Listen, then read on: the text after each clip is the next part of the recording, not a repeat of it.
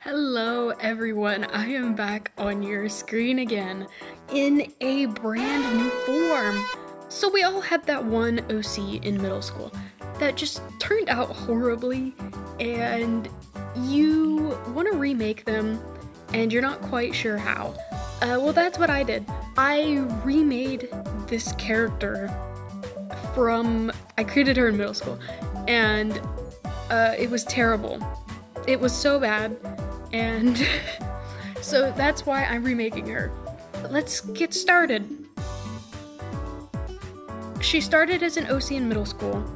I had a group of friends, and we would all roleplay on Google Docs or something, and we each had a handful of characters. Those characters ended up going pretty far. So this character actually has 3 different arcs in her design, and her first iteration was named Lydia.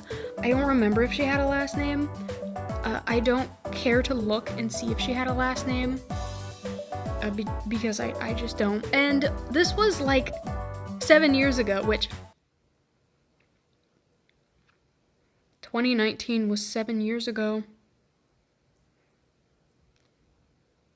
Aren't I the bearer of good news? I'm making uncomfortable eye contact. Sorry. I got coffee on my keyboard. Fuck. Hold on. Damn it. The deal with this character was that she was I don't remember what age she was. I believe she was either my age. I want to say she was my age or a high schooler.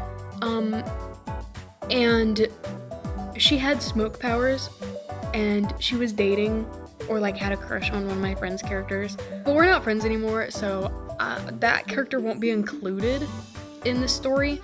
But she was just a very energetic character. She made friends with everyone, but she was kind of, I feel bad saying it, but she was kind of stupid. Kind of not very smart.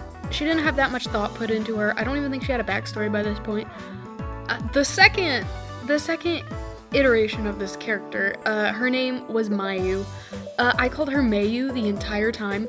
That's not how it's pronounced. And so, oh my god, I'm bugging.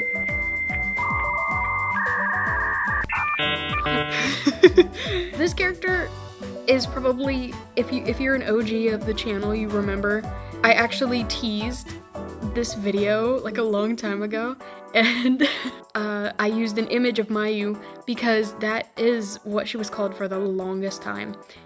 And that is because, so eventually, for some reason along the way, I decided I would make them all Japanese. This was my freshman year in high school. I want to say freshman or sophomore year. And she needed a bit of an update. The world got a whole lore update. I won't go into it because it's changing and anything that's relevant will be explained. But this is the character that got put in the novel. I believe she was a senior in high school, and as you can tell, I'm pulling a lot of this off the top of my head. It's not very well recorded since I completely deleted everything off my channel. It's all gone. The past 3-4 years of my life, everything's gone. Can you tell I regret it? And I can't get it back? Anyway, she did stay the same. She had a bit of a backstory upgrade. She had 2 friends and a boyfriend that was terrible to her, and it was a really dark story to be writing on my school Chromebook, and I'm surprised I didn't get in trouble for that. Eventually, sometime in, I believe it was 2024, I got the idea to try and reboot the story again. I think the intention was to make it into a webtoon. That didn't happen. Oh my god. She went back to being called Lydia. It was at this point in time, my art, as you can see in the background, it was a very gray and my designs, they were getting there, but they weren't quite there. And that is where we come in. I actually have a physical notebook of designing because I do these at school and like when I'm drinking my coffee. My initial concept design for this character, first and foremost, I gave her back her pigtails. And I did this because, I don't know, she was bald. She was bald. Editor, throw up a picture, like right there. That was because she got a really traumatic head injury. And so she was bald, and I didn't like that. So I gave her back her pigtails. And at least this was like my first drawing. So obviously this was before everything in the story happened. And so this had been my third iteration. I decided to actually give her a reason for why she was just a random girl with these like smoke powers, and I settled on her being a dragon of some kind. I imagine that, like, you know, dragons, they have fire, but it starts out as like smoke because, you know, usually when something catches on fire, it's smoke first and then you get some fire. And so that's what I was playing with. She doesn't have wings, because it was too cluttered. Having the wings with the pigtails, even if she doesn't keep the pigtails, it was just too much.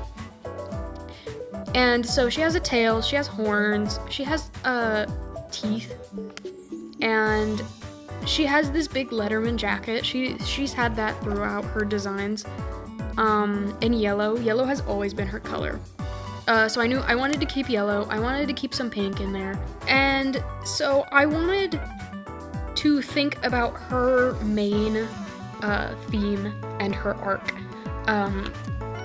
Because I had sort of, like, the concept was there, but it wasn't, like, you know, set in stone.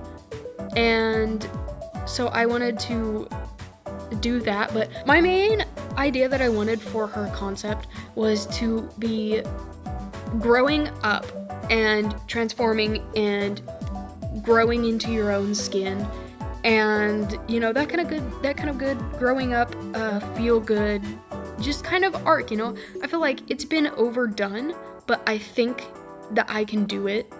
You know, I think it's a very safe option, especially for someone who is a secondary protagonist. And I settled on a name for her. I settled on Cinder Solus, because fire. That's really the only reason. I might get into this when I talk about some of the other characters, but there's a very, very important character.